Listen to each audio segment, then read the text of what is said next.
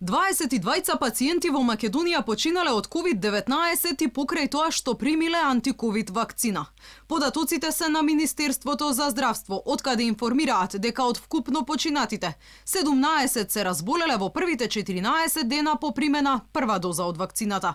Дури 664 вакцинирани граѓани се заразиле со коронавирусот и покрај тоа што биле вакцинирани.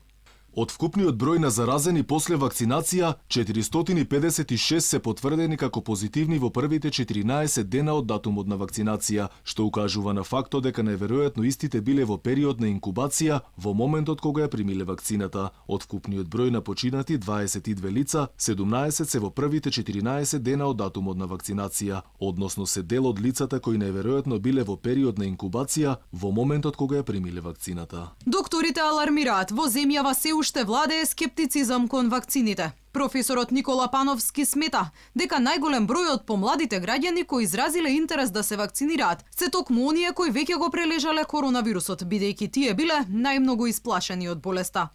Најзаинтересирани за вакцина се оние што прележали, дури оние што имаат антитела.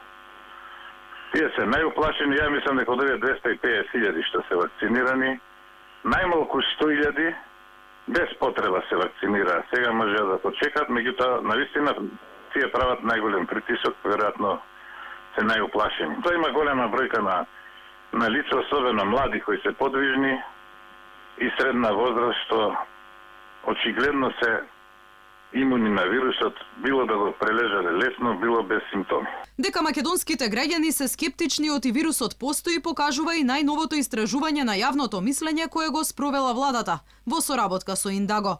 Анкетата покажала дека секој 10-ти македонец смета дека коронавирусот не постои. Високи 73% од граѓаните изјавиле дека немаат прележано COVID-19.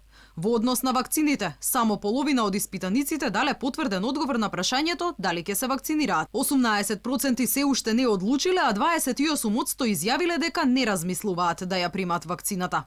Граѓаните најголема доверба имаат во вакцината Спутник В, дури 65%, пошто следат Pfizer со 61% и Sinopharm со 50%. Интересот е најмал за вакцината на AstraZeneca.